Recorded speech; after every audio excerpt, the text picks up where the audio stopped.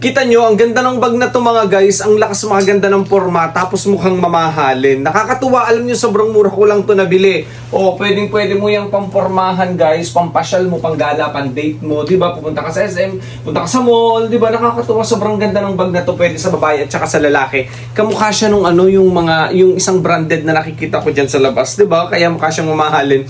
Tapos, pero guys, ang ganda naman talaga ng quality. Tingnan nyo, makapal yan. Yung mga pagkakatahi nito. Tingnan nyo naman, hindi pucho-pucho.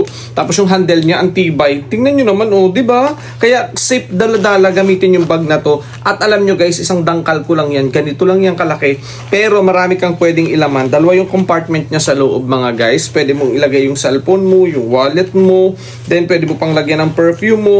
Marami kang pwedeng ilaman sa bag na to. Kaya sobrang ganda. Ang cute pero marami kang may ilaman. Madadala mo na yung mga mahalaga, yung mga essentials mo, yung mga mahalagang gamit mo. May ilagay mo talaga dito. Tingnan nyo naman yun. Di ba ang angas? Pwede sa babae at saka sa lalaki. Sobrang ganda. Ito yung dalawa yung kulay nito mga guys. Black to tapos white. Tapos yung isa white naman yung pagkabag niya. Tapos blue yung lines niya. Saka yung ganito niya blue.